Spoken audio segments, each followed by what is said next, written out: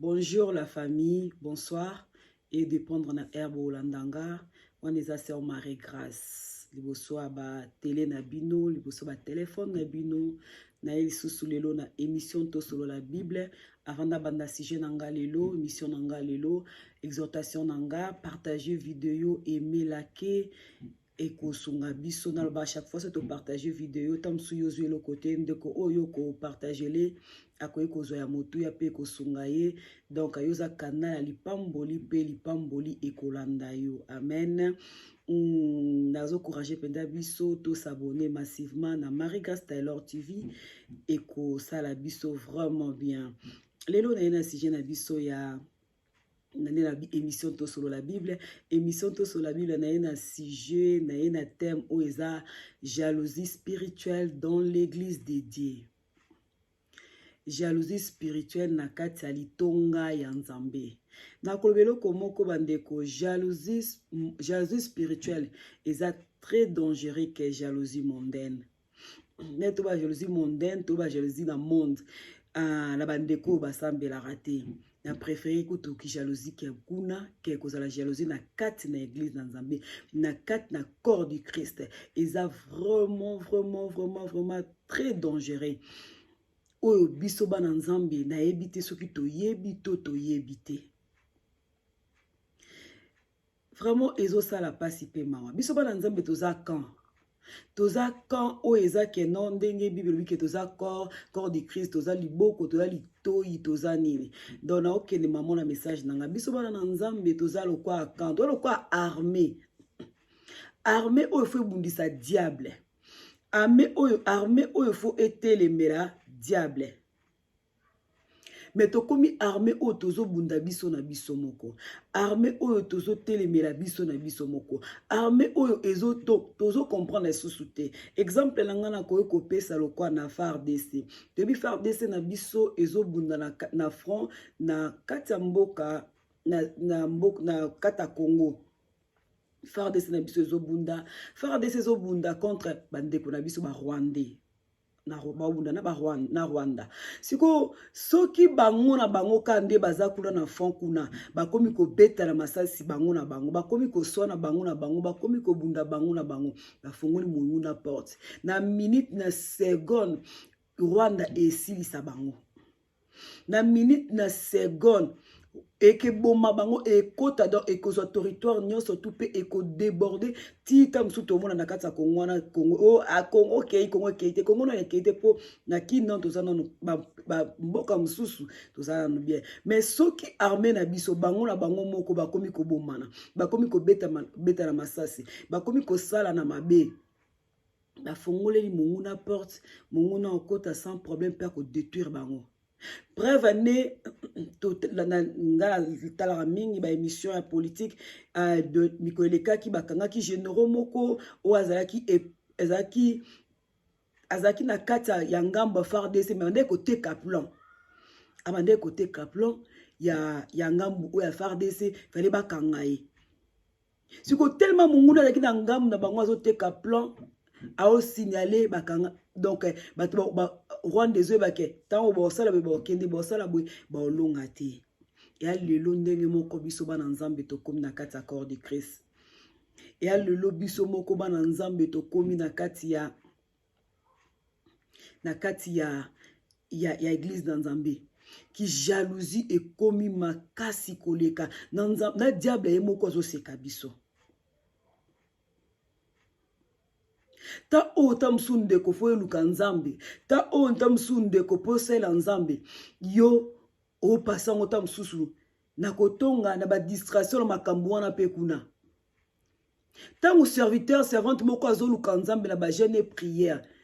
Bible bito luka ya komi molisama Nzambe azomi molisama na ba vie na bango e komi ko bonda jalousie komi ote ya komi na bato ebele ya zana boye ya zongi si boye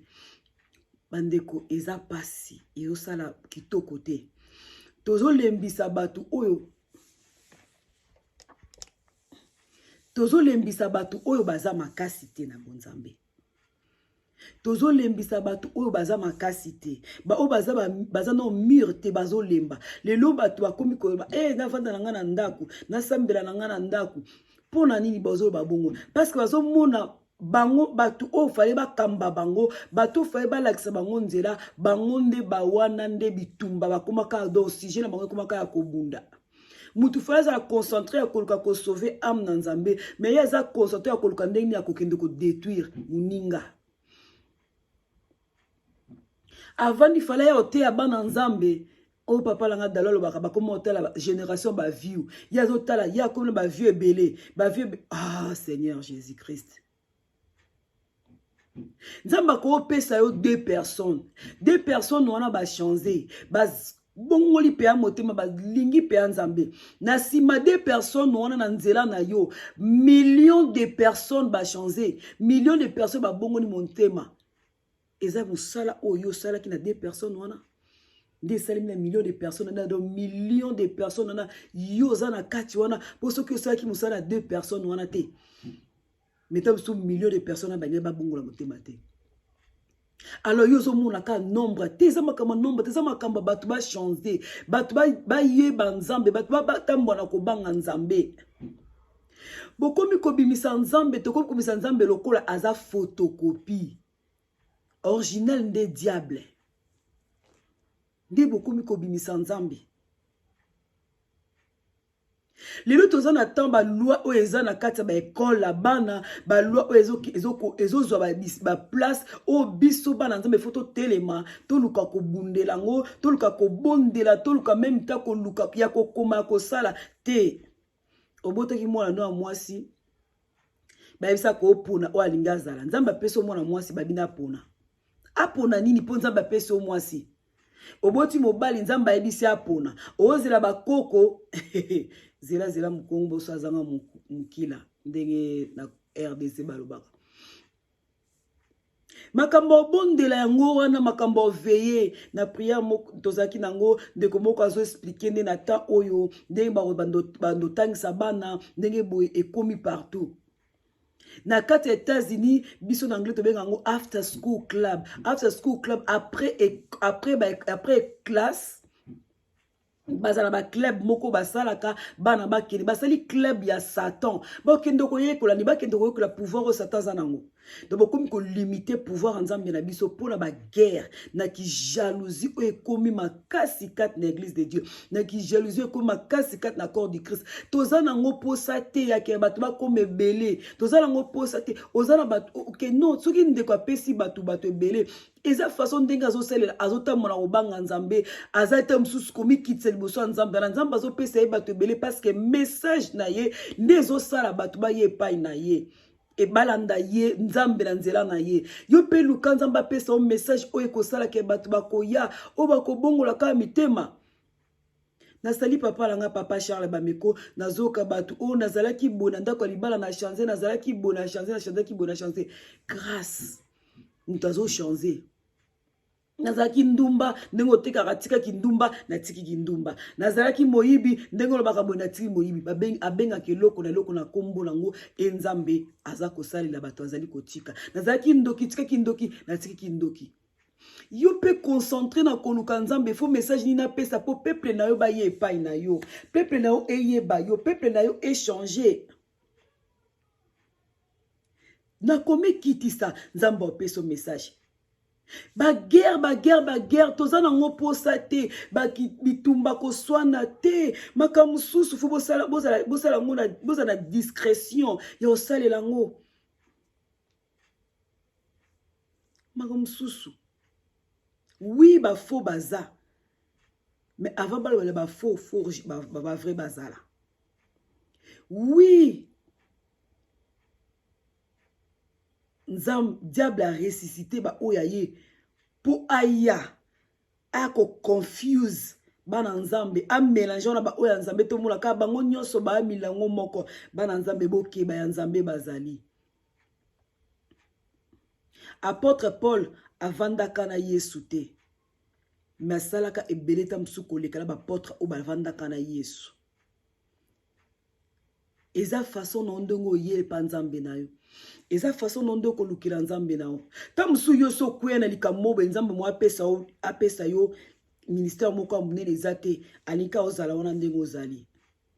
accepter ba élévation baninga Lina bi toza armé, toza FARDC. Il faut tokende ko bundisa munguna, to bunda biso na biso te. Bo bunda bino na bino te, faut bo bundisa nde muninga. Si ko ta oyo vandi 2 heures 3 heures du temps autant la kanoka élévation mutu, autant la kanoka mutu ana nombre ba vie na ye, autant la kanoka kasoki ndenge ni kendo ko zwa ta wana pesa ngo pa nzambe. Banzambe la badina bala. Banzambe na badayosa, banzambe na bakaterina guma, baza le même hier, aujourd'hui, l'éternellement. Banzambe na baosa la kati sikoyo.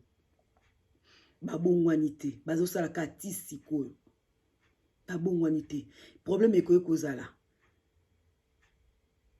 Oui, place bat bazin problème ezala raté. Même na kata Bible, to mona ki ba porte raisonner problème. Mais ba ki ndeni ni yako résoudre rango ya ndenge ya ko sala keno problème on a ezwale devant te mais le to komi na pasi to vraiment na pasi biso bana nzambe to vraiment na pasi lelo ba te belé ba vandi na ndako pona nini o na sambela te mosali wana sali boy azongi si boy ki jalousie spirituelle wana na basali komi trop. Bo bundela nini, bo bunda nini. Toza armé biso de photo bundela diable. Coroné yaki aba kote ba laboratoire na ba sali ba ko sala ba détruit ba bomi ba lelisi mitema batu. So nzamba révéler loko bozal bo moko te bo bundisa bo bundisa likambwana. Et yorbe détruire bino. Nzamba révéler kitab so mola ki ce message ngote pa na yeka mtamona ka te. Asala ngolu na moto alingiti soka la kisi ndeko na zwangu na kata Bible nzamba salela ki ba prophète ndenge moko te asala ki batu nyoso ba apôtre ndenge moko te asala ki batu nyoso to ndenge moko te azala mutu na mutu lolenge oya salela ki accepter lolenge o nzamba osalela ndeko accepter lolenge o nzamba osalela yo accepter yango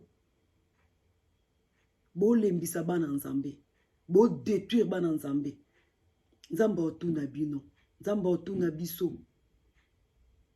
vraiment ba ota musuto omona nzamba otombola bazana komikitsa ta musu ozana komikitsa te nzamba lingane ba talolendo te ni kitisa luka nzambe no na bosolo bima na distraction omona nzamba opambolo l'épargner circule encore ba daosa baleki badina bala baleki ba Catherine Naguma baleki ba William Bram baleki ba Osborne baleki et bango tala bango leki nzamba azo ressusciter azo susciter batu misusu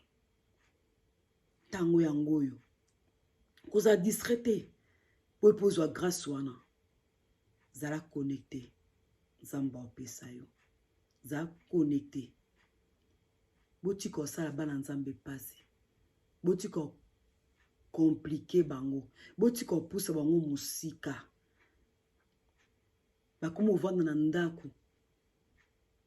emola na ba mission ba pasteur wana ba pasteur esa biso pasi po biso tondima bino tondima nzambe wana biso oto amakasi elo mo ko longola na présence ya nzambe zate nini nani alongola na présence ya nzambe ata ona landaka ona mona ko lokwa rôle model nanga kuta zate na samu rôle model nanga ka eza Yesu ni natala lokwa rôle model nanga na appréciera basala nzambe nyonso na landa ba message na bango na zale belé mo pe basunga kanga mais rôle model nanga eza ka Yesu ona senga kana prière nanga na lata caractéristique na ye yango wana message nangeza ki muke ka wana jalousie spirituelle dans l'église bomekana bomelo kwana to kufa bakatero mandela baleki bakufa batika nzambe wana batika pawa wana batika nguya wana eza biso te za nzambe na soki ya message na ngai to bomelo kwana jalousie to za armée to bundisa diable to bunda bino so na biso te bo bundisa diable bo bundisa biso na biso te vraiment nzamba pambola biso apambola ndeko no so ko landa vidéo partager s'abonner massivement que Dieu vous bénisse totika kotala baninga, totika kobundisa baninga, totika kobundisa ndeko oyo nzamba levé na tango oyo alevé ka moto moko te bazé belé za concentré dans le kanzambe élévation utake pa nzambe so nzamba tomboli moto ata bobundisi ye esimba te ebele babundisa ba o nzamba tombola babele mela bango kobundisa te yo pe luka nzambe na yo nzamba opambolo oza na bilaka wana ekokisama bao baza otombwama baza na bilaka bamona pe lokwa ezosimba kaka te me bazaka fidèle nzambe asalela bango tokomobimisa nzambe lokwa asalaka te soki ka nzambe atomboli mutu alongwe na bonzambe akomi magicien akomi mutakisi donc mpona bino nzambe ka fo souffrir mpona bino nzambe ka fo kaka tonyokama me toyaka tobaka nzambe apambolaka nzambe asalaka boye me soki ka nzambe atomboli mutu ekomi mutu ana bimi totika osisa nzambe na biso makasi aza na nguya atombolaka apambolaka asalaka ya minene. Amen. Partagez vidéo, Sœur Marie-Grâce, abonnez massivement à Marie-Grâce Tyler TV. Tokuteli mbala sima na émission na biso karato sur la Bible. Merci nzamba pambola bino. Pisa mama nyonso mbote ya woman of prayer, bandeko nyonso bolandanga mbote na bino pe nazali pamboli na kati ya bandako na bino. Merci.